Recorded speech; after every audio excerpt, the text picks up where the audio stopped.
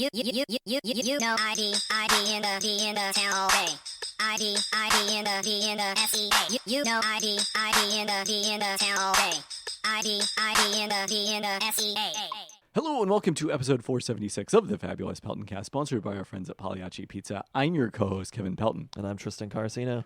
And we are coming to you from the same location Hello. this week. In Kennewick, Washington. Not quite the home of the fabulous cousin Katie, but close enough. We're in the Tri-Cities. We are in Benton County. Oh, did I get backwards? Nobody knows that happened, but yes. Oh, no.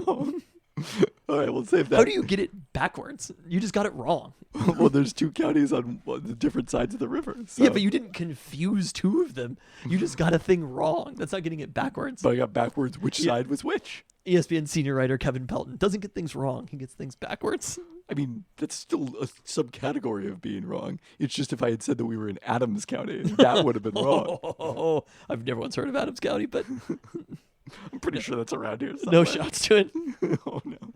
Anyway, we are home of, for a brief period of time, Russell Wilson. Yeah. He was on the Franklin County side because we're on the Benton County side. I don't know. I've got it backwards. Because the Tri-City Dust Devils played across the river in Pasco. But And hated rivals, the Tri-City Americans. this is who do play on this side of the river. They do play in Kennewick at the Toyota Center.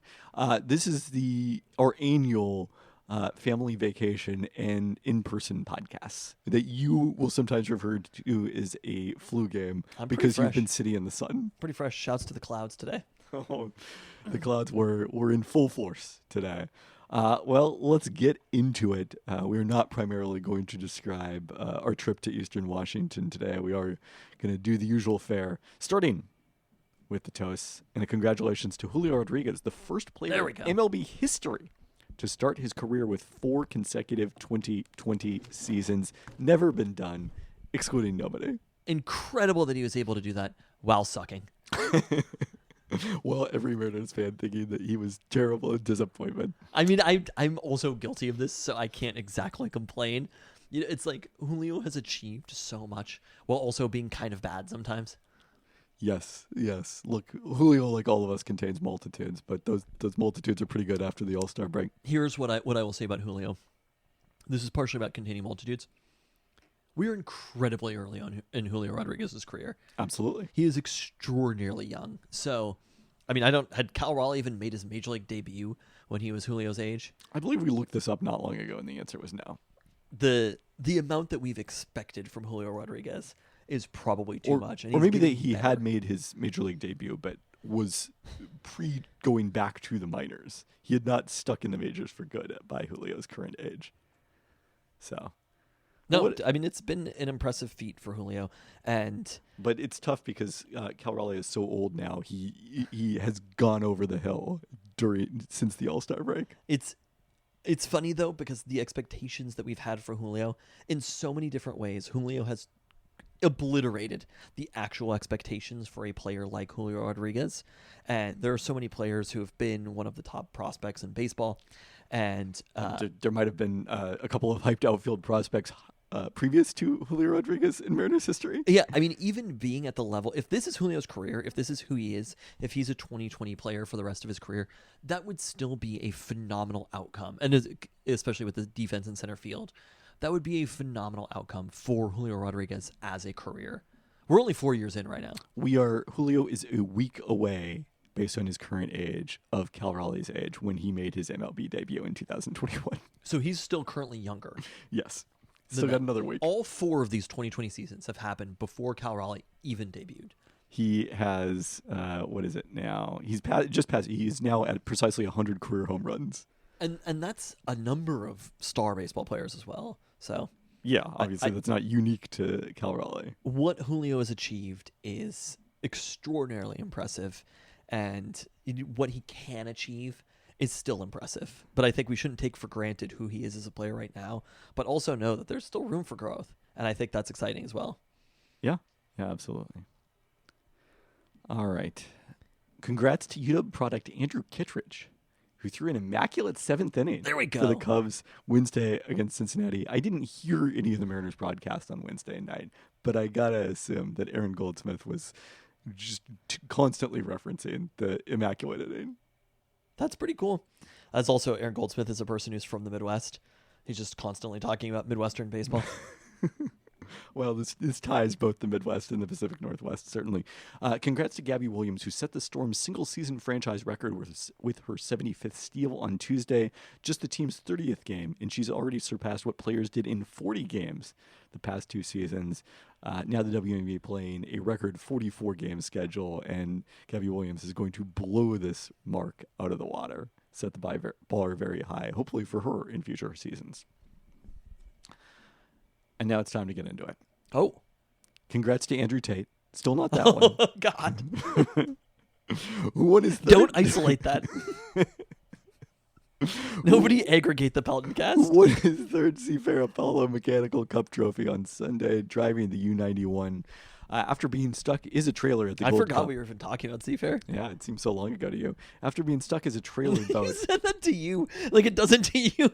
It seems so long ago to you, as if we discussed that. No, I don't know. You just knew it seemed like a long time ago to me. It seems fresh to me. You could feel it. After being stuck as a trailer boat at the Gold Cup here in the Tri-Cities and losing the high points lead to Corey Peabody in the U9 Beacon Plumbing, Tate enjoyed a perfect weekend on Lake Washington, leading in qualifying, winning all 3 heats. Hydroplane immaculate inning. Yes. Jeff Bernard won 2 heats in the U12 Graham Trucking Saturday, while J. Michael Kelly in the U8, the Beacon Electric, got the other heat win on Sunday.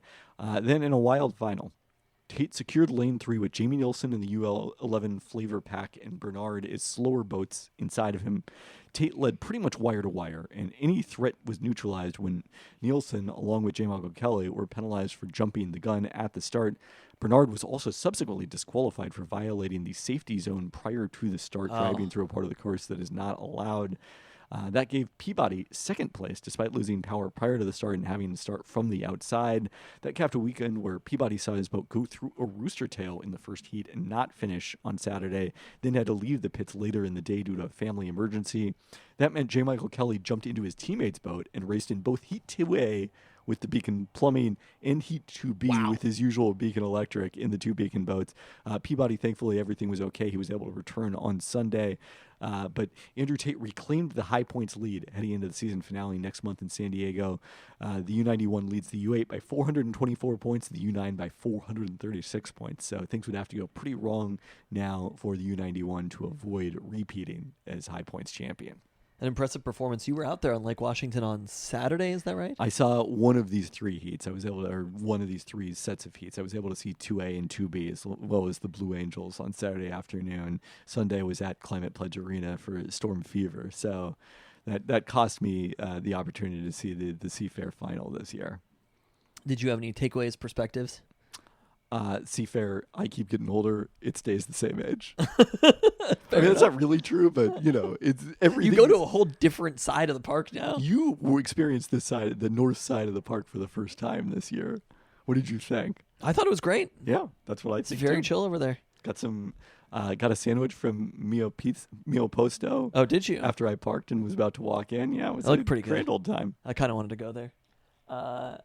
I like that side of the park. It was pretty calm. I feel like you're probably wrong about you keep getting older and it stays the same age, because I do think Seafair's transformed quite a bit. Yes, the fact that they finish now with the Blue Angels to make they're it clear done. what the real So star they're the last thing. The they get the final hammer. heat was, I running noticed around that they fly 3:15. kind of late. And then then the Blue Angels were 3:45 to 4 at some point in that window. I got stuck with the low show, a huge disappointment.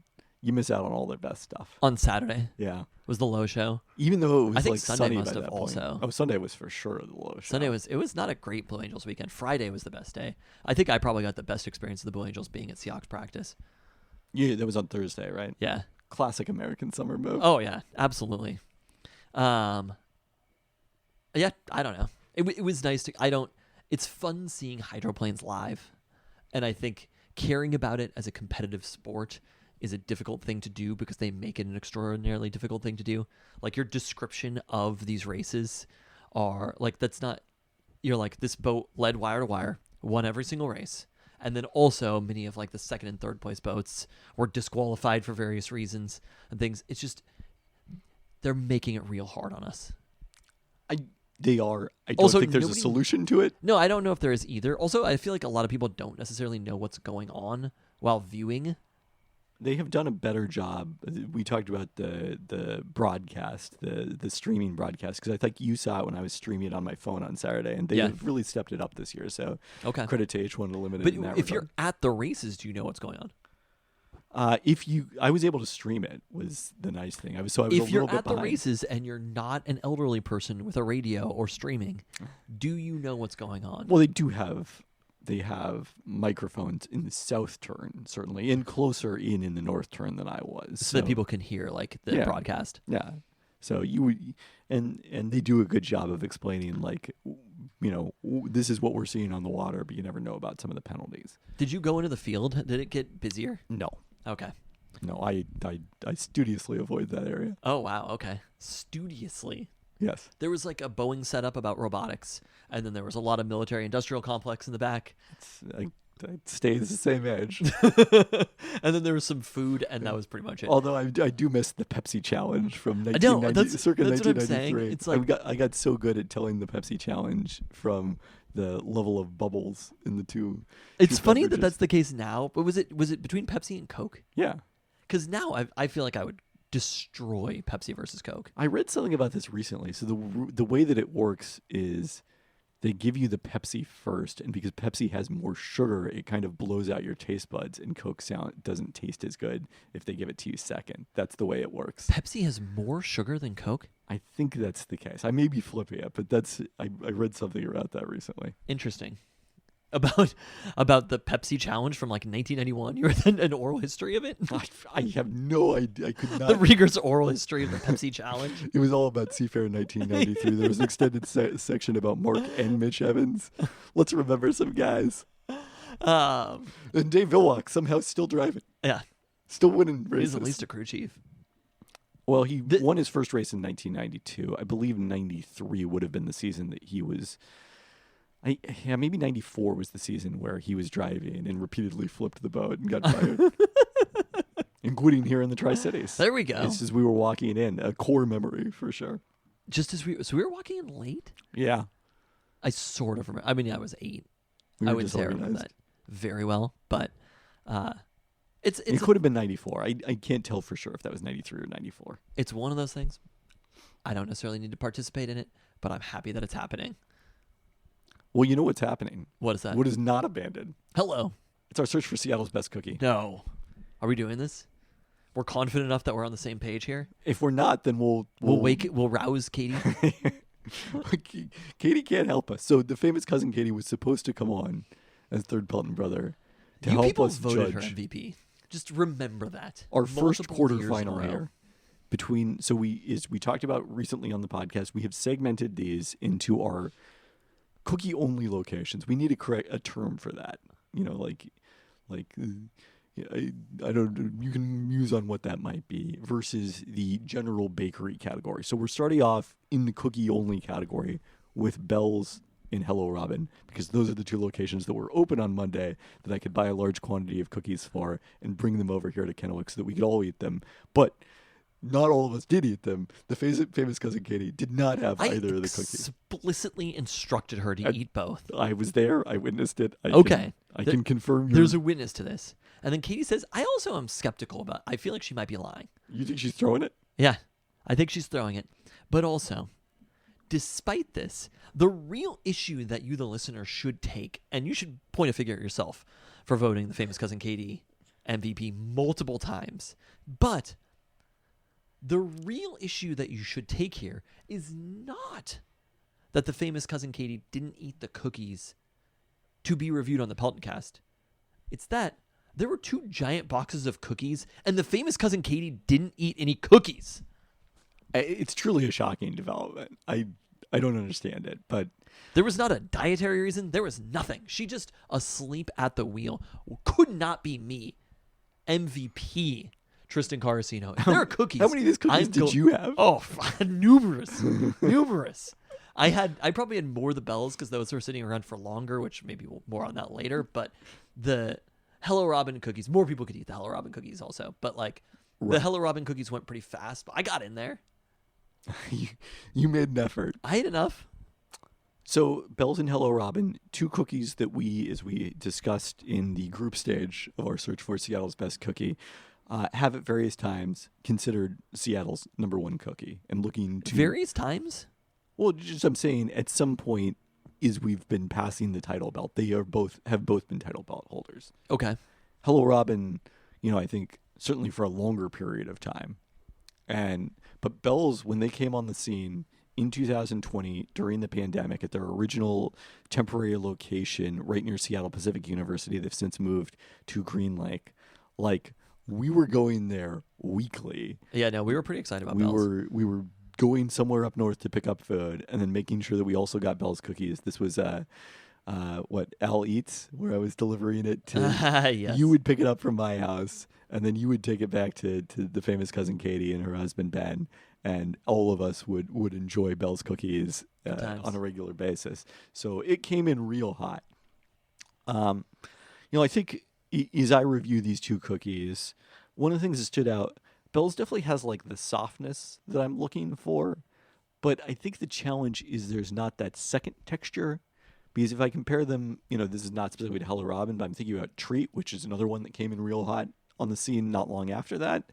Like, Treat, because of the way that the cookies are baked and their size, you generally have a degree of crispy or crunchy outside along with a very soft, gooey middle. And I don't think there's that same contrast in textures amongst the Bell cookies, which tend to be a little thinner. And one of the things we have really confirmed in this search is I like a thick cookie. I don't know if Hello Robin are thick cookies.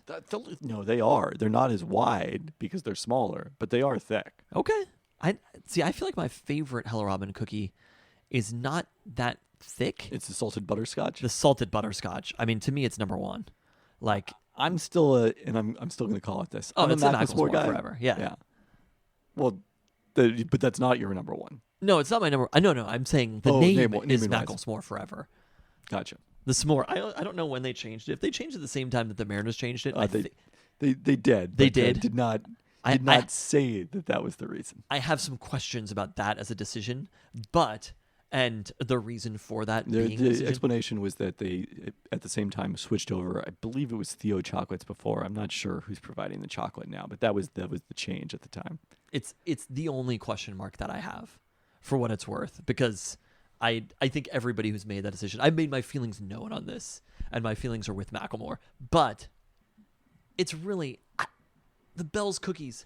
They're good. They're not bad cookies, right? I mean, we're at the bracket phase. Exactly. And so everything that we're having is good. Like, there goes the famous cousin Katie right now, not even getting a cookie. And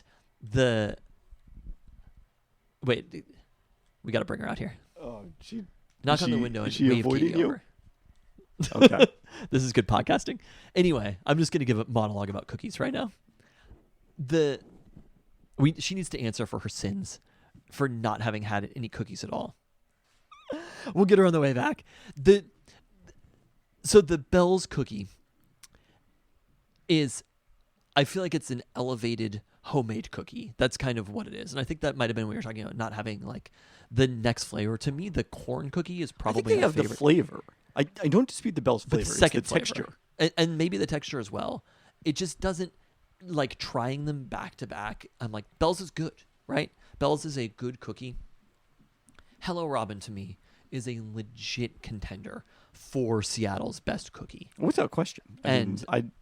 I might go so far as to deem them the favorite. That's a tougher call. I had Treat recently, and I don't know. This is one of those things where, like, the taste test of, if there's a box of cookies in my house late at night, and can I resist eating them? I cannot. That it would be impossible for me to resist eating basic. They're the perfect size. They're the perfect price. It's the perfect cookie that I'm looking for. The flavors are interesting, but they're not. That's not necessarily the focus. They're really good cookies, and I feel like they're not trying to do too much. I mean, you alluded to this earlier. The Carcino family, we voted with our feet on this one.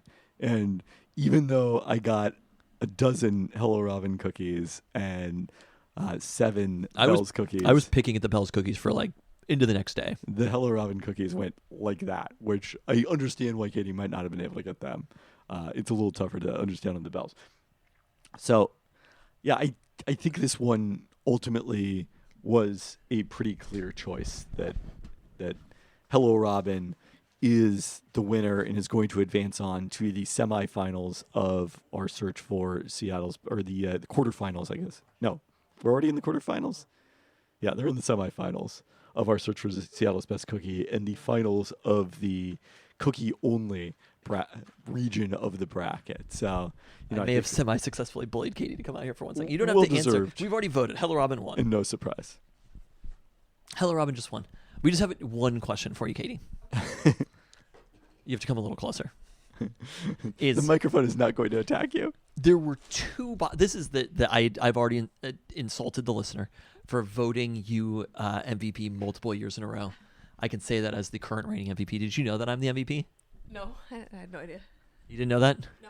Wow. You didn't make a plaque of it the way Maybe I should. the famous cousin Katie Yeah, you did, which should was have done real MVP behavior, I gotta say. Katie's Give it- really mad about being here. Giving it to Okay. us as a Christmas present. Assaulting you and getting you to come out here is why I'm the MVP. My question for you is, there were 2 giant boxes of cookies in the house, and you say you had none of either of the boxes of the cookies, irrelevant of picking Seattle's best cookie. How did you avoid eating any of the cookies? I don't know. I was just busy doing other stuff. I don't know. Wow, too busy for cookies. I don't know. You'd think that she couldn't had see the what 10 to other 15 box children. was. I was kind of looking for the Bell's cookies because I remember liking them. They sat there an entire day, and you didn't see them? I didn't see them. No, I didn't see them. I only saw the other one. Hello, Robin. A likely answer. Asleep at the wheel is your former MVP, the famous cousin Katie. Couldn't be me. I was there as the reigning MVP, current and reigning MVP, eating. But let's describe it. It wasn't like there was 2 boxes sitting on the counter next to each other. There were 2 boxes sitting on the counter next to each other. There was one on the island. They It were was all next by to each itself. other on the island. If maybe you saw that the next day when the Hello Robin cookies had already been gone. Oh, I only saw one box. They went fast. So Do you have any thoughts on the kickball game from earlier? Do you think that Al cheated? Luca cheated. Do you have any thoughts on Salad Bowl? We didn't talk about that. Any thoughts on it? It's a really fun game. wow, dynamite drop in. No, we didn't talk about Salad Bowl at all. What kind of background you want to go into? There were 2 nights of Salad Bowl. Many inside jokes. Didn't we win both of them? We technically tied the second one, but I'm pretty sure we won. Salad Bowl's always a good time. Always a good time. Well, there you have it. Okay, you can go back to sleep. My favorite part was when you said it was like straight up like Charlie Murphy style. It's not like there are 2 boxes of cookies sitting next to each other on the counter.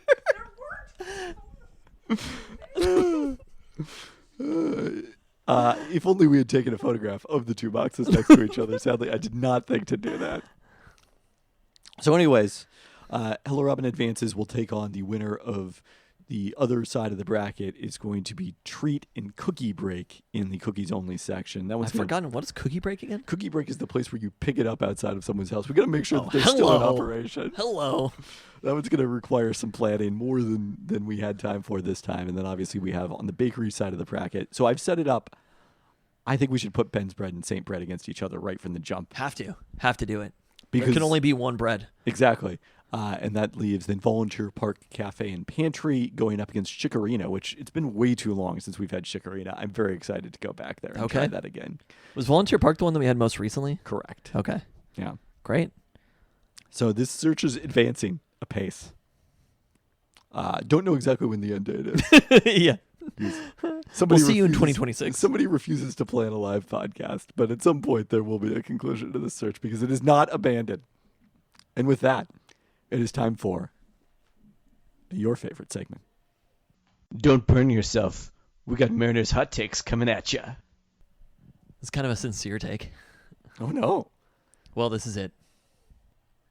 After the trade deadline, the Mariners, now winners of 3 straight, 6 of 7 since the deadline, and just 2 games back of the Astros for the division, and a game and a half up on the Yankees for the second wild card, have the roster that is going to appear in the first World Series.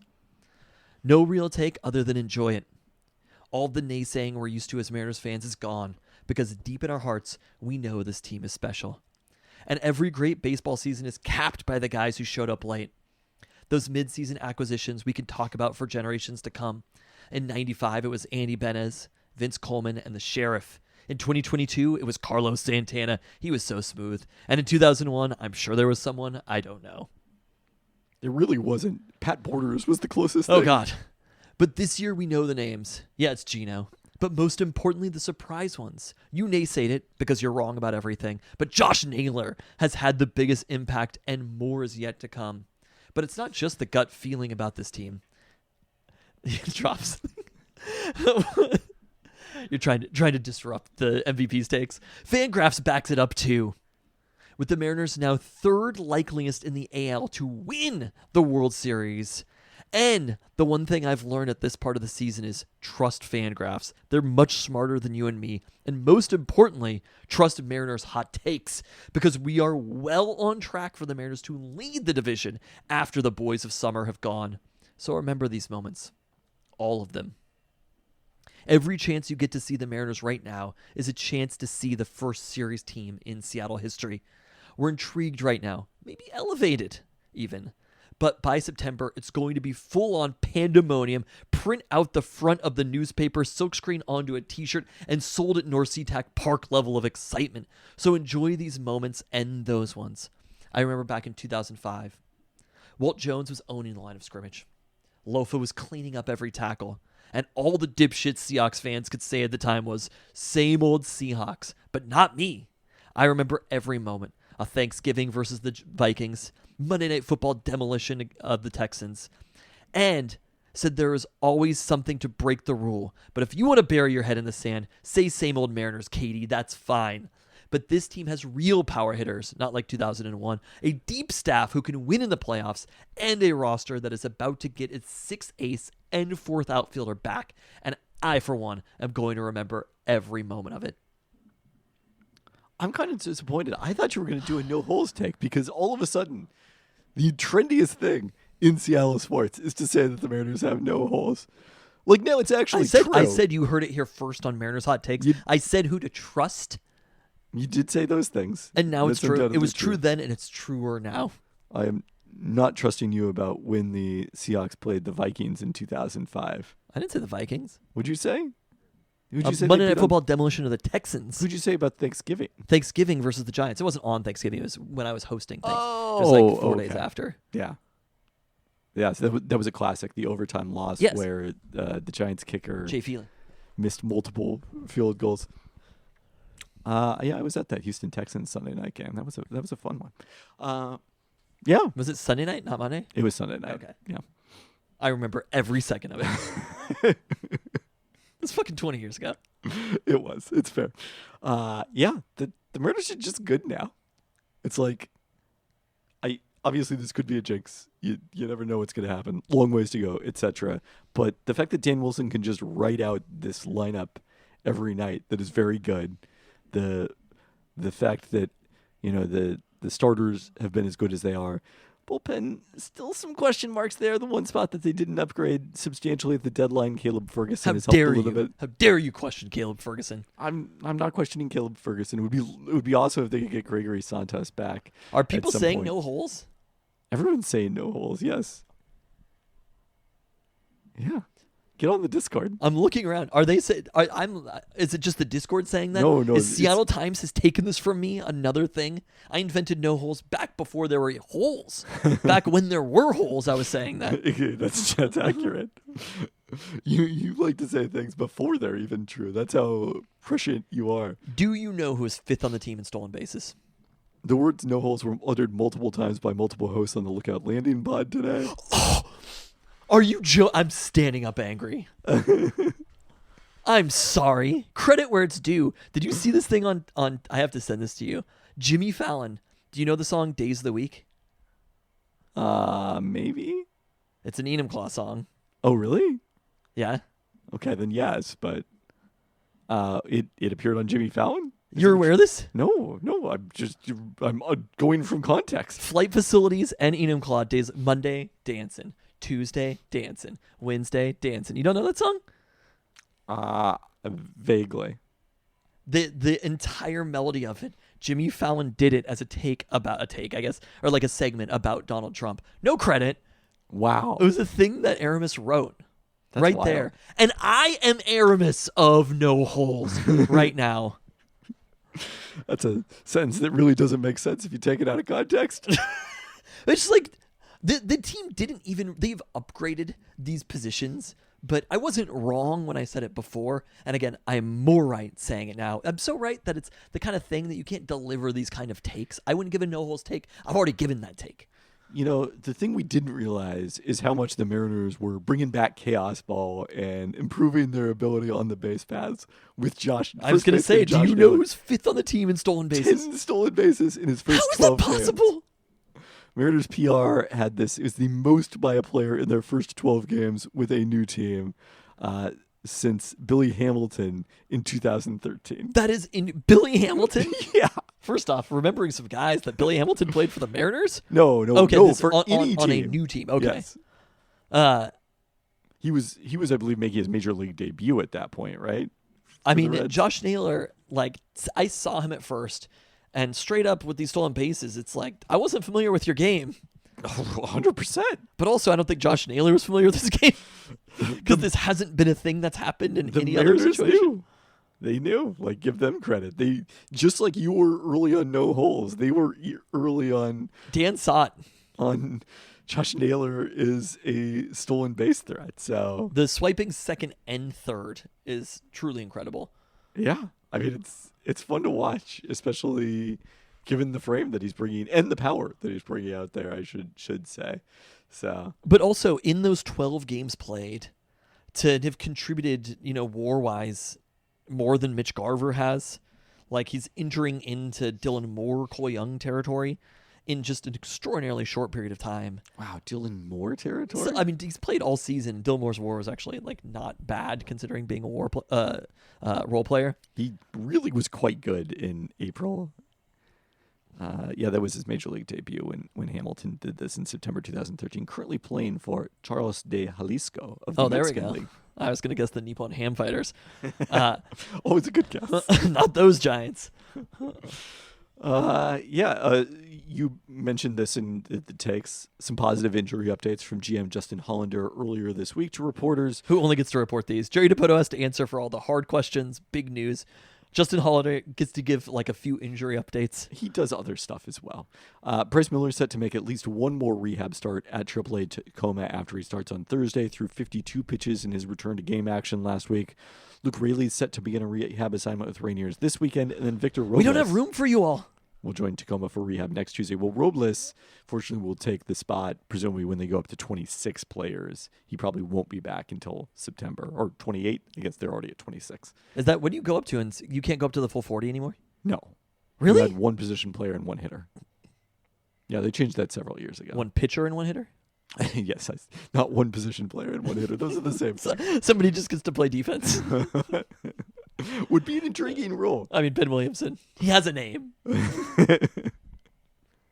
Who I will say have not been... I still like Ben Williamson, but have not been missing Ben Williamson right now with Gino back in the lineup. And The vibes are good. Hard to say. I mean, Hard to say anything else.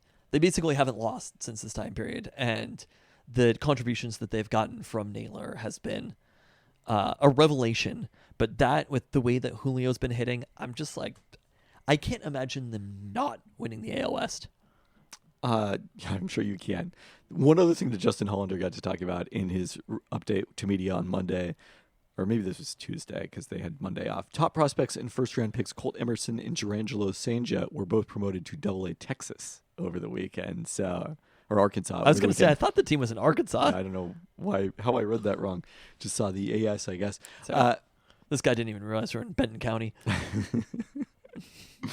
So excited to see them get to continue their development at a higher level of play and somewhere that really has been an important test for many of the Mariners' top prospects.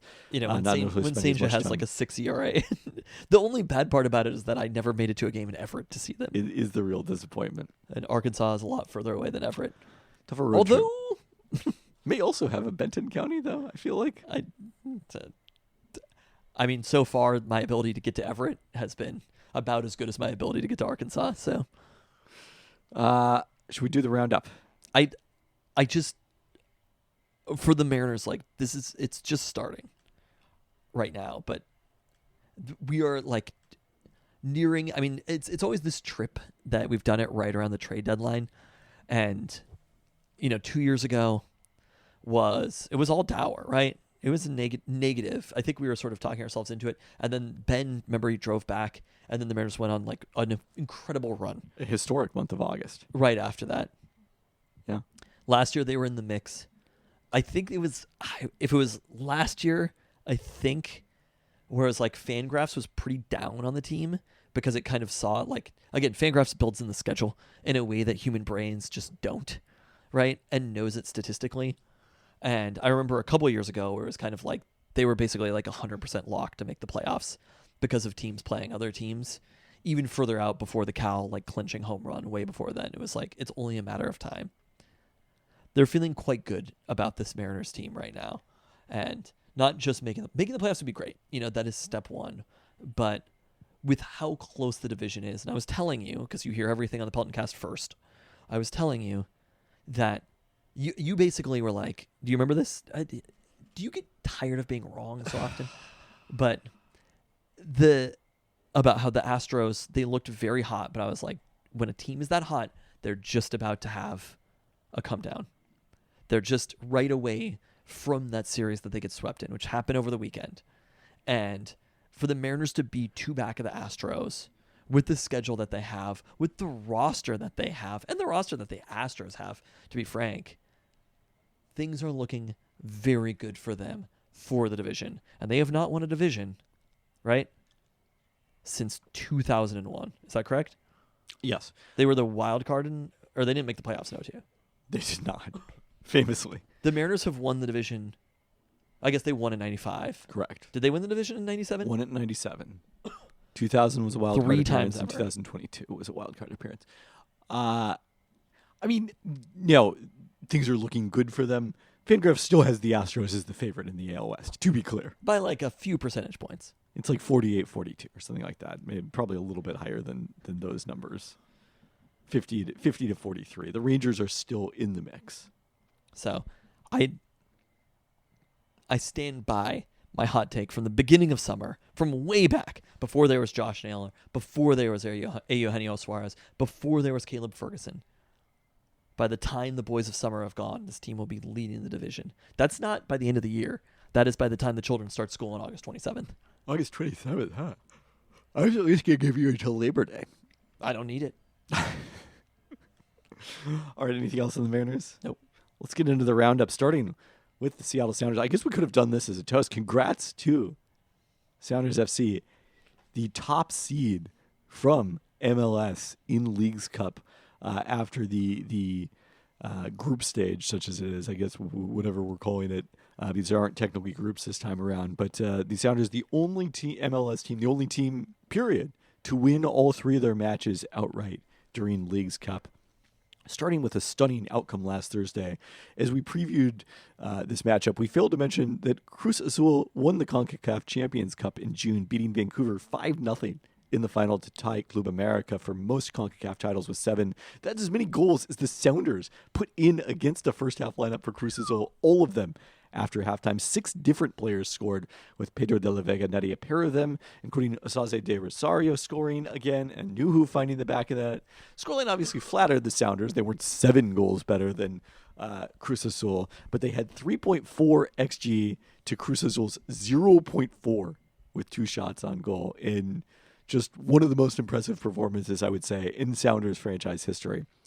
On Sunday, they controlled the match with Santos Laguna scoring the opening goal in the 7th minute with an own goal set up by a Paul Rothrock cross. Sounders couldn't find a second for an extended period with a potential penalty overturned by VAR, but then Georgie Manungo doubled the lead in the 72nd shortly before he got sent off for a second yellow. Santos Laguna did net a goal 6 minutes into stoppage time against the 10-man Sounders. They saw out the victory, and then they completed the perfect group stage on Wednesday at home versus Tijuana. Albert Rushnak missed a penalty just before halftime, hitting the post, and Xolos followed by the goal against the run of play. just after that. But Asaze De Rosario equalized in the 56th, the third goal in the last 4 games. He can't stop scoring. And then Danny Musovski won it with a header off the corner in the 87th minute. Sounders will host the number 4 seed from Liga MX in the quarterfinals to be played either August 19th or August 20th. Could be either Tigres, Puebla, or Juarez, depending on the results of Juarez's match Thursday versus New York Red Bulls. Sounders back to the MLS regular season on Sunday, hosting the Galaxy. Galaxy come in last in the West with 16 points from 24 matches and an ugly -20 goal differential. So this should be a good opportunity for the Sounders to get full points, despite the fact that they've been trying to advance in the Leagues Cup. Did still manage to get considerable squad rotation over these 3 games, so it really worked out perfectly for Brian Schmetzer and company in the Leagues Cup thus far. Seattle Reign FC returned from their summer break in impressive fashion on Friday with a 2-0 win over Angel City. Jess Fishlock, who came on at halftime, scored the opening goal in the 66th minute. Then an own goal off of Fishlock's shot doubled the lead in the 86th. Fishlock subbed out and got a curtain call in stoppage time. Is her outstanding Seattle career that dates back the entire Reign franchise's existence. Presumably starts to wind down at this point in her career. Reign had just 2 shots on goals compared to 6 for Angel City, with 6 saves from Claudia Dickey, keeping the clean sheet. Newcomer Mia Fischel played the final 10 minutes plus stoppage time in an NWSL debut, while the Reign managed to win without Lian Biondolo seeing any action off the bench. Up next this Sunday, a derby match against the Portland Thorns with playoff positioning at stake. The Reign come in 5th in the NWSL table with 24 points. Thorns 2 points back in 6th. Both have an identical +6 goal differential, but Portland has been very difficult to beat, where they are unbeaten with a 4-0-3 record. All right, Seattle Storm, as we record this, we are hours away from the WNBA trade deadline, 3 at noon Pacific time on Thursday. And so far, the biggest move has been made by your Seattle Storm, who traded Alicia Clark, Zaya Cook, and their I thought the deadline had already passed. No, not yet. Their own 2026 first-round pick to the Washington Mystics for Brittany Sykes, who was an all-star this year as an injury replacement for the first time in her career. One thing I didn't even realize until I looked it up today, after this trade was made on Tuesday, Storm now have 4 2025 all-stars, more than any other team, which is pretty wild. I mean, that's a big number. Okay, so this trade, obviously an important trade, willing to part with one of their first-round draft picks, the least important probably. Maybe the second least although it's getting a little dicey with Las Vegas, which is pulled even with the Storm in the standings now, ahead of these 2 teams playing on Friday night. But you assume that by adding Brittany Sykes, you were going to improve your record the rest of the year, yes, and therefore weaken the draft pick. And even though Los Angeles is the WNBA's hottest team, including a win against the Storm that we'll talk about in a little bit, they've now won 6 of their last 7, snapped Indiana's 5-game winning streak on Tuesday night. Like it's looking increasingly likely, also with Washington moving Brittany Sykes and kind of making a play for the lottery rather than the playoffs. Looking increasingly likely that the Sparks are going to make the playoffs and the Storm won't have any lottery picks this year. But still, I think you'd say that is the most valuable of these 3 picks because of its potential playoff upside. Vegas and Seattle a little more debatable. And the value of a non-lottery pick in the WNBA right now is still not particularly great. Yeah, I mean, if you look at this year's draft, there's certainly contributors to be found outside the lottery, but, when you look at the players who are really changing the fortune of franchises, the 3 rookie all-stars this year with the 2 for the Mystics and Paige Beckers, and then Dominique Malunga, not an all-star, still the youngest player in the league, and a very exciting set of games recently. Anyways, that's the lottery, that plus those were the 4 non-playoff teams from last year, and that's where the real talent is in this year's draft. I mean, it's going to be more important, I think, to have depth, in the draft going forward with more teams coming in, but the picks in the 10s to 15s are more hit and miss in terms of what kind of value they provide for you long term. Okay, but tell us about Brittany Sykes. How does she, right now, a team that's kind of needing some fortunes to be changed a little bit and needing maybe an injection of energy? Obviously, Malunga's been providing it and seeming like she's only getting better, but how does Brittany Sykes change the Storm for the rest of the season? Yeah, she's someone, so I wrote, I guess this was last week, about potential trades. And I had the Storm going after Marina Mabry of the Connecticut Sun, using basically a very similar set of players and picks to what they ended up trading to Washington, but also wrote in there that I thought that Sykes was the best fit for them or would be the top target for them, but just that I wasn't sure if the Mystics were going to make her available because they were in the midst of the playoff race. And obviously they decided to go that direction and lean more into the rebuilding process rather than trying to their hardest to make the playoffs this year. So Sykes, number one, an outstanding defender. Before she missed half the season last year due to injury, had made the previous 4 all-defensive teams, 2 first teams in there. So you put her and Gabby Williams out there, the Storm are going to have 2 of the very best perimeter defenders in the WNBA. And then Skylar Diggins is a perfectly capable defender in her own right. That is going to be an outstanding perimeter trio. The Storm already second in the league in defensive rating, got even better at that end with this trade. Offensively, the one thing that Sykes doesn't do that you'd obviously like to have for the Storm is shoot threes. She's, below average 3-point shooter. Has actually shot a better percentage than Alicia Clark has this season because Clark just fell into a dreadful shooting slump in July and lost playing time as a result of it. But she's a 30%, 31% career 3-point shooter, 30% this season. That's not the strength of her game. But what she does do this year is get to the free throw line. Second in the league in free throw attempts per game. And this is a Storm team that is dead last in attempts and could really use that ability to get to the free throw line. So, she's been playing point guard for Washington. She can, if she steps into Erica Wheeler's role in the starting lineup, which I don't think will happen at first, but I would bet on happening by the end of the season, sort of similar to when Tina Charles joined the Storm in 2022, and they kept the status quo for a while, but eventually moved Charles into the starting lineup.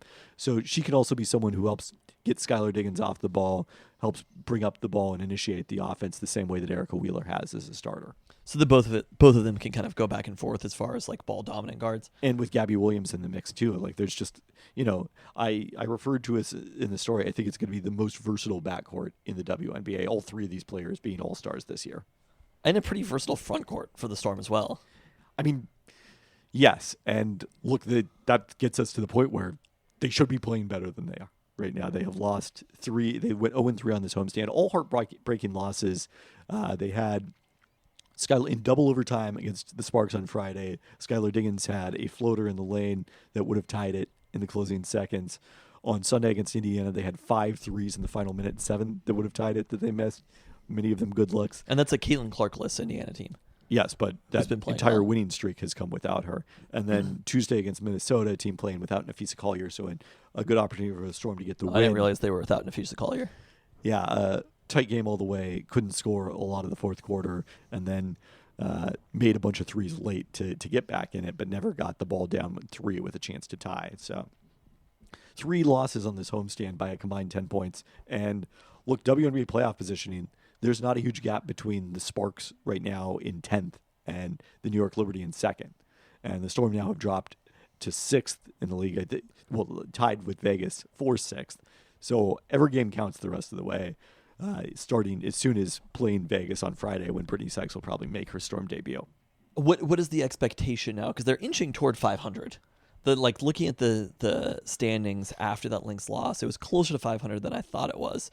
And some of the cushion that they had from early in the season has been, the last month has been pretty dreadful as far as standings go, right? Yeah, since the All-Star break. Even going back to the Connecticut loss, the high point of the season undoubtedly was when they won at New York on, that would have been July 6th, I believe. Okay, so what is your expectation, your reasonable expectation for this team going forward? Where do they finish? So this is where it would be nice to have a WNBA Fangraphs that I trusted to the same degree to show you, kind of what was going to play out with the schedule. But I wonder who could make such a thing. Some of us are busy, and have not been as good at rating teams in season. I'm sorry for being so busy. Part of what's happened here is the Storm have kind of come back to where they were in point differential. They were outperforming their point differential. Now they're probably underperforming their point differential, but because they're tied in the standings with Vegas, and Vegas in part because they lost by 53 to the Minnesota Lynx last Saturday with Nafisa Collier in the lineup, has a negative point differential in the season. God. And the Storm are still comfortably positive. The 53-point loss is going to hurt things. So, you look at it from that standpoint, and Vegas has played a lot of the season without Asia Wilson, or a bit of the season without Asia Wilson. So you have to kind of factor that in. The Storm should be ahead of Vegas. They should maybe be ahead of Phoenix, who is ahead of them in the standings. But I think the top 4 now have kind of separated themselves, and it may now become a challenge for the Storm to catch Atlanta and Indiana. But I say that, and they're still a game back of Indiana and only 2.5 back of Atlanta. Yeah, you don't see this as a situation sort of, right? Like the Mariners lost that game, lost 2 of 3 to the A's, and they lost that game, traded for Gino that night, and they're just like, fuck this, who cares? Like it didn't matter what happened in that game the moment they traded for The Gino. MLB season's a lot longer than the WNBA season. But And this is not quite as perfect an upgrade as getting Gino back. it was, seems especially like a last pretty summer. important upgrade. And I if mean, I it's were to probably going factor to be the these biggest two- deal made in. We'll see if anything happens Thursday morning, but it will probably be Look the at biggest deal Seattle. before the trade deadline. biggest deals made at both deadlines. Yeah. I mean, I see it as basically this team has hovered right around this place where they've lost to some bad teams, and they haven't quite been good enough to beat a couple of the very good teams, but have been very close. Like that Lynx loss wasn't a terrible loss. Is a Brittany Sykes the difference? I think in a game, if you're losing by 2 or 3 points, I think she can provide that upgrade, because part of it is like this. The reason that this might be better for the Storm than for the Mariners is like Ben Williamson was playing a credible third base all season. The Storm guard play has not been nearly good enough, and one of the unfortunate things about this is, like, I was super excited when Alicia Clark came back to the Storm, a full circle moment where she started her career. Now that she's the oldest player in the WNBA, and it didn't work. She How didn't old is play Brittany the same. Sykes? She's around 30, 31, somewhere in that range, maybe 32. What is the contract situation, or just everybody's up, so it doesn't matter? Everybody's an unrestricted free agent, yes. It didn't work out. So I was at Storm practice last Thursday, and afterwards, Noelle Quinn had an extended conversation with Alicia Clark that certainly looked pretty intense. On Friday night, Alicia Clark was out of the rotation. It was her first DNP CD since her rookie season with the Storm. And then Sunday did get a chance to play, didn't play a lot, missed both shots she took.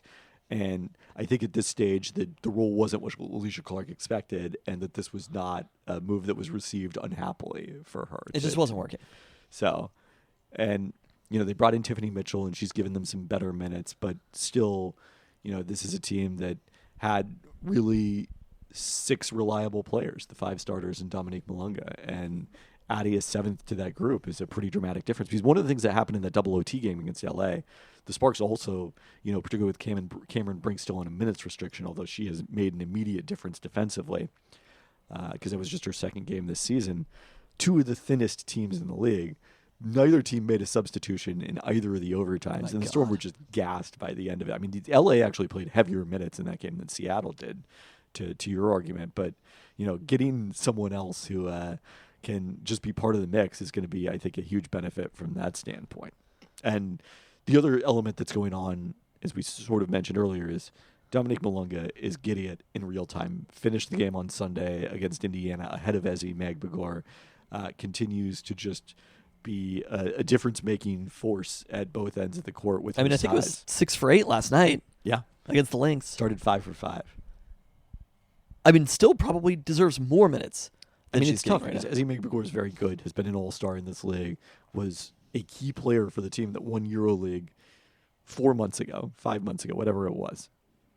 And you are starting to wonder if there's a point where Malunga needs to start over her because she's the future of the team. I mean, I don't think we're going to get to that point this season, but certainly in terms of finishing games, we've already gotten there. I mean, I'm happy that Noelle Quinn has recognized that much at the very least. I think it's taken a little bit too long to get to where we're at right now. But Dom is also just plain better. These are a lot of positive trends. And I think the Storm are probably going to finish the season pretty strong. And we should talk about the reason, like, okay, so all of these positive trends, why is the team losing all these games? One of the big factors is early on, they hadn't traded for Brittany Sykes yet either. Granted, early on they were leading the league in 3-point percentage. And it was kind of like we'll see on that one, given the level of shooting on this roster. And now they have slipped to, the middle of the pack. They're 9th in 3-point makes. They're 9th in 3-point attempts.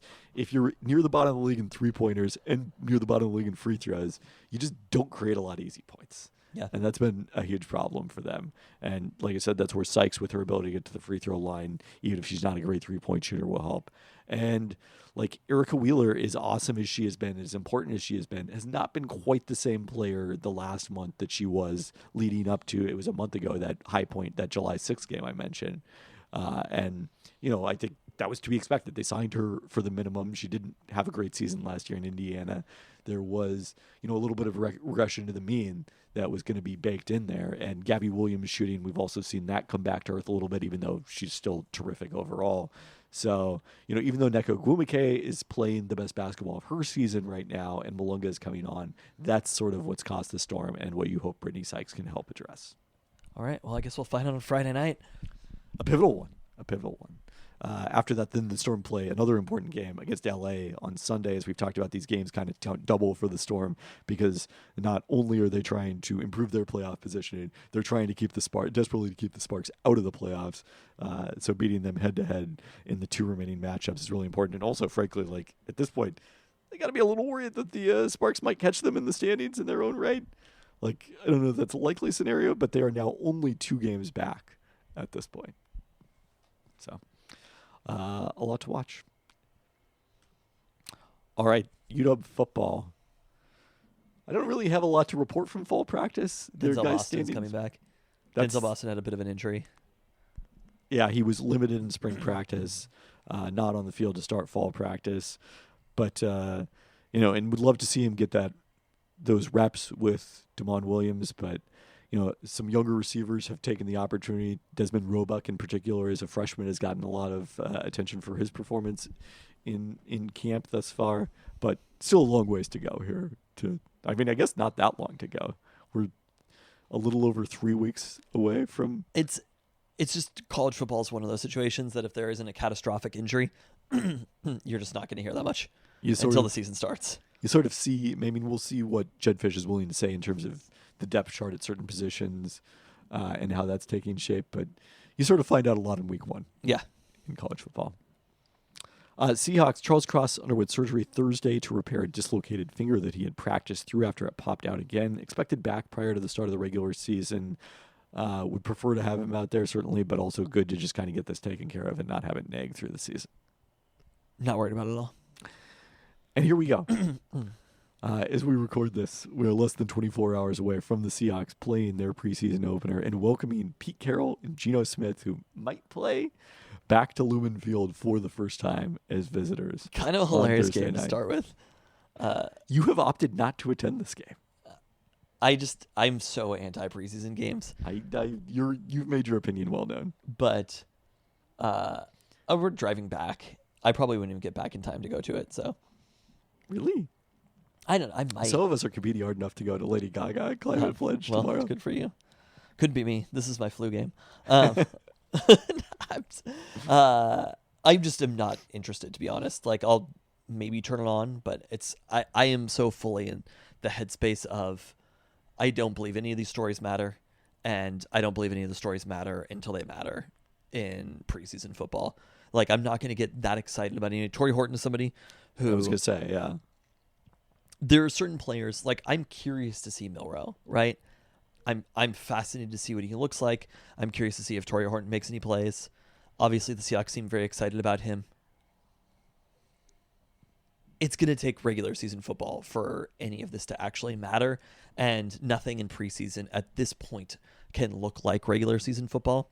So, to me, if they get through it, if they avoid injury, that's all I really care about. If there's a breakout performance, I'm not going to care that much. So if there's anything that I'm watching for, it is kind of just, it's curiosity more than it is anything else. I think there maybe could be a performance that Jalen Milroe has that says something, but like, is there a world that he goes into week 1 starting? Absolutely not. It seems pretty unlikely. The first task is to breed out Drew Lock.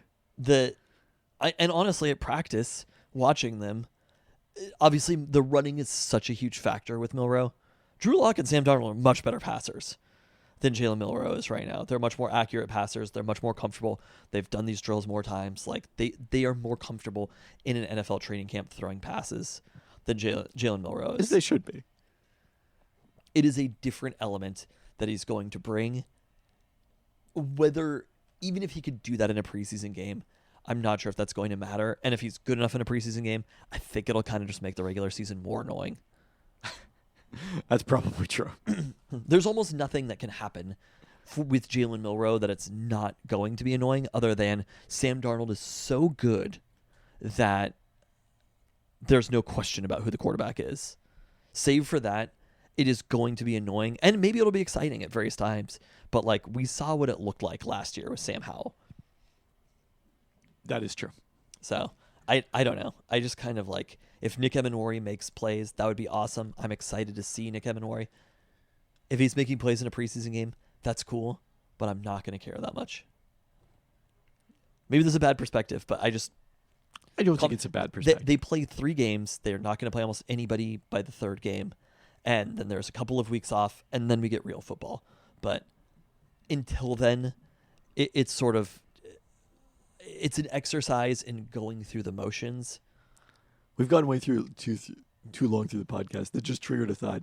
Peltoncast Fantasy Football. If you want to play this year, peltoncast@gmail.com. Send us a note. So that's if you're new. If you're returning, we'll shoot everyone a note within those leagues to check if you want to be back. So, but that is coming up sooner rather than later. So we should get going on that one. And if you made it far through the podcast, you are a real listener. You probably want to play. Either that, or you were trying to skip forward to the after the pod section and you missed. That's not very good. But no, I don't think that's the wrong perspective. One of the things I like, there is not caring is always the right perspective. Hashtag Peltoncast nihilism. with regards to, sports, kind of. I don't know. Chuck Klosterman had a discussion about how bizarre it is that we decide that some games don't matter and other games do matter. He's when wrong with that, though. Really See, I take offense to this because the games matter at different levels of importance. Just being like these games don't matter. Like they play different players and they play a different style of the sport. So, but his point is that there are not actual like real life consequences to the games in the regular season or even in the playoffs. Sure, fair enough. I just don't want to saying that nothing matters is right, because there are things to care about in the world that do matter. But that's very accurate. So, primary elections were Tuesday, so that was interesting to see those results. Speaking of things we should care about. Anyways, what I was going to say I didn't see what the results were. Well, you're going to enjoy them. I said that as if I didn't, which was not my actual response. You're going to enjoy them. You're going to enjoy them. Yeah. There is probably some added predictive value for players, young players and players trying to make the roster of these preseason games, because there is a degree of greater reality putting on the pads and the helmets and going against another team that doesn't necessarily know your scheme the way that your own team does. But the thing to remember is there are 5 weeks of practices in 3 preseason games. There is so much more data that the coaches are getting and the front office is getting in practice than they're getting in the preseason. And just because we're not there, other than you last Thursday, we're treating those as functionally irrelevant and only paying attention to the 3 games because those happen to be publicly televised. The things that we see even in those practices, there's just so much more to it. Yes. So, take all of preseason, I agree, with a grain of salt. I liked it better when they were just in Cheney, and it was like they were off in space. Well, we would actually be closer to them now if they were there we in go. Cheney. On that note. Thanks for listening. Thanks. Easy. But that's because you're scared to talk about the results of the kickball game earlier where your team lost. It's so funny podcasting with you in person, though. I feel like I'm on the Talk to a podcast or something with us sitting here on couches. It's like the last episode of the Really Good podcast. None of our listeners understand these references. It's okay. I mean, the problem is we're not being filmed right now in most podcasts that are done in person. I agree. Explicitly for the video. Yeah, no, we circled all the way back around and invented television. We invented like morning talk shows. Those were those are quite popular for a long period of time. But imagine if you could watch them whenever you wanted. Nobody is wanting to watch these things. Some people must be. Watching podcasts? No, it's just there's money to spend. You know how this goes. It was like ESPN built that studio, and they were like, sorry. Some networks have built studios that were very expensive when money was good, and then sometimes money isn't as good, and you scale things back. If you're going to make a more apt comparison, it's to the pivot to video period, where that was favored over written content, I think would probably be the more apt comparison to this pivot. But the difference is no one's getting rid of the audio podcasts. It's just that I have to make sure my hair looks good before I go on a podcast. Did you, when you went on this week, did you have to, was it video too? Yeah, of course Oh it my was. God. It's like criminal to make people do that. Also, people are worse at talking when they're being filmed. I mean, you're being filmed either way. I'm not like... Am I being filmed right now? Okay. When I'm recording a podcast via Zoom... I'm getting filmed either way. It's just whether they're posting it or not. It's the only issue There's is a difference, me though. having to fix my hair and worry about what I'm wearing. So if you do, Was your hair that fixed? I guess I should watch now. I mean, it wasn't. I would that, never watch a podcast, of course, because I'm not a psycho. It was considerably more fixed than it was before earlier in the day. It feels like it's like something that's trying to attract an audience that just won't listen to it. And you're like, we have to get young people listening to podcasts, watching I mean, for podcasts. some And people I'm like, do just listen to them on. Many people do listen to them on YouTube. The listener, Third Pelton brother Noah Cohen, does listen to this very podcast Right on now? YouTube. With Right now, no this video, just a I'm logo. okay with the idea of clips being pulled from podcasts for socials, but the idea of watching a full podcast is psycho behavior. Look, everyone is free to do whatever they want to do and consume. That's not true. Not Media- everyone is free to do whatever they want to do. Okay, people are free to consume media whichever way is most favorable or convenient for them. You dispute this take? I mean, it's still a little bit too open. No, it's not hurting anyone. to Okay, have I've successfully videos- pivoted away from the results of the kickball game. You really did.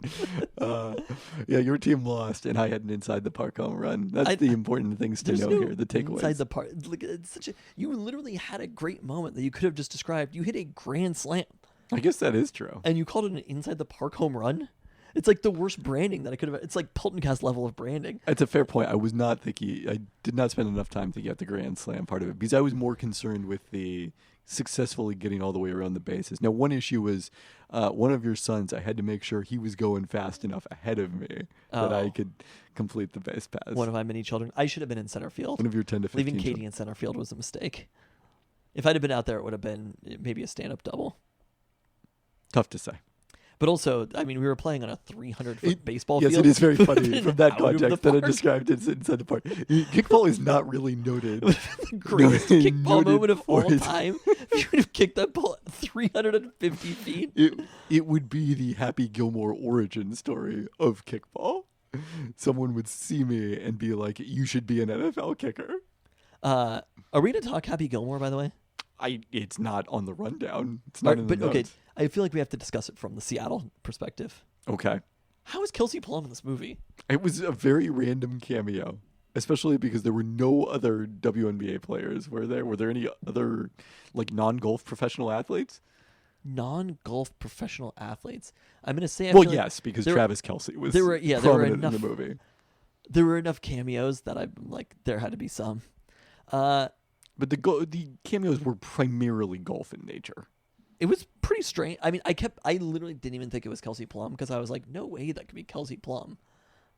It was pretty recognizably Kelsey Plum, so I did not have that thought. I just kept waiting for there to be other people in that same ilk, and there wasn't. I mean, Travis Kelce is like legitimately part of the plot line, so it's a little different. Kind of, yeah. I what were your thoughts? You really liked Happy Gilmore too. I really liked Happy Gilmore 2 as strong. It delivered exactly what I was looking for in Happy Gilmore 2. I wasn't going there expecting Citizen Kane. Going there to Netflix, to the home screen on Netflix, expecting Citizen Kane. I wanted some nostalgia from my youth that would not tarnish the memory of the original movie. And Happy Gilmore 2 succeeded on every level in that from that standpoint. I think it's like I heard K-pop demon hunters be described as monoculture this week, which I think is probably an apt take. And I have to say, Netflix is really winning the summer. This was the one I didn't have any after the pod talk, but there was a Pitchfork thing on like. I'd like to note that the Bear, Andor is in the summer, but that as well. I'm talking about like things that are actually popular in like a larger scale. And K-pop Demon Hunters, I don't have the viewership numbers from Netflix, but we're probably talking hundreds and hundreds of hours more than The Bear. Of view. Is The Bear out, the new season? Yeah. I literally didn't even know it was out. So if you're talking about monoculture, this is a show that I ostensibly pay attention to, and I was unaware. I kept being like, when is this season 3 going to happen? 4? This is season 4, yes. I feel like it has not had any social impact whatsoever. Critically well reviewed. Is it really? I'm still not through it, actually, but we'll get there. I honestly don't even know if I'll watch. But the K-pop Demon Hunters and Happy Gilmore 2 in a scenario that I think I would say has cross-generation. And I think that's the impressive thing about Happy Gilmore 2. I don't know if I can stand up for it as a work of art or even a work of comedy. However, I do know that children like it and elder millennial parents also like it, and probably even slightly older than us. That's the sweet spot right there. That's what you're looking for. So it's an impressive feat, is what I will say. Like, and it's one of those things. It's almost like the Rewatchables podcast. Like they have some movies. Like some are rewatchable. This is going to be rewatched probably more than any movie that comes out this entire year. Your children have put it on multiple times. It's just that's what it is. It's like on in the background. Just Netflix is up. Happy Gilmore 2 is on. Like it feels.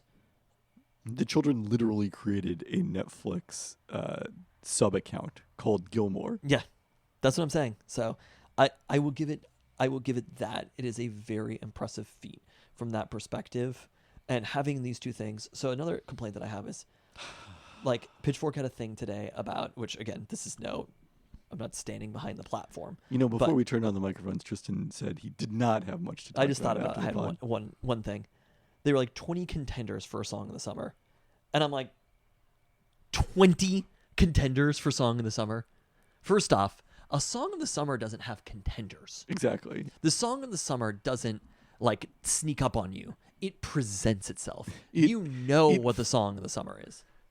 It forces its way into your life. The other take that I have is there's not always a song of the summer. Absolutely. And I don't think there has been this year. No, I totally agree. There's not and last summer was so dominated by multiple songs and albums, and it was really like artists of the summer that I think people feel like it has to happen year over year. I've talked about this before, but like there are a lot of artists whose brains were broken by Sabrina Carpenter, Charlie XCX, and Chappell Roan. Like that moment happening. I think the pop stars that are slightly sub those have had a really hard year. That is what a song of the summer should be. Not, it might be this, or people like on the list. If you have 20 candidates for song of the summer, you have 0 contenders for song of the summer. Exactly. And people might have made a list of 20 last year, but it was like they were doing 3, that just for the 4. clicks. Yes. I mean, I think there was 2. There was also Not Like Us last summer too. Yeah, I was going to say Espresso and Not Like Us were the songs of the summer. And to me, it's Hot to Go, the entire Brat record. I think Brat could have been the album of the summer, but I don't think it had the song of the summer, because I don't think there was any one song that stood out the way that is ubiquitous is Espresso, and particularly like, because to me part of the criteria for song of the summer is it has to be something that you constantly are hearing at, in my case, WNBA games. See, I think Hot to Go was the one. NBA Summer League games. Hot to Go more than any of those if it was one. But that's the thing is they're also, when you have a song in the summer, people get too locked into the terminology of it, to the singular nature of it. There can be multiple songs of a summer. That doesn't have to be one. And it can be dominated by a few things, but it has to be dominated by that. It has to be, you have to hear it constantly without actually trying to hear it. Absolutely. So... But this, like, the closest that we have to that is not necessarily... The K-pop Demon Hunters songs are, like, the most popular songs on all of Spotify. So there's probably... I don't think I've heard any of them. Just wait. Okay. You will. It's we're still in the early phases of it, but it's like... It is a... I don't want to use the word tsunami, but, like, there is... Let's It's a little too soon. real momentum behind it in a way that the trend is probably not going to die. And it's because of the combination of the two TV shows. I mean, not the combination, but like those two TV shows. Netflix has definitely owned the summer if there's one piece of culture. Congrats to Netflix on being the song of the summer. I mean, it's kind of true. So, On that note, thanks for listening. thanks. Shouts to the 509. He said he wasn't Shout gonna out do Benton it. County. Is this Benton County? No, we're on Franklin County. Shout right out now. Franklin County. Wait, are we sure? Yes. Well,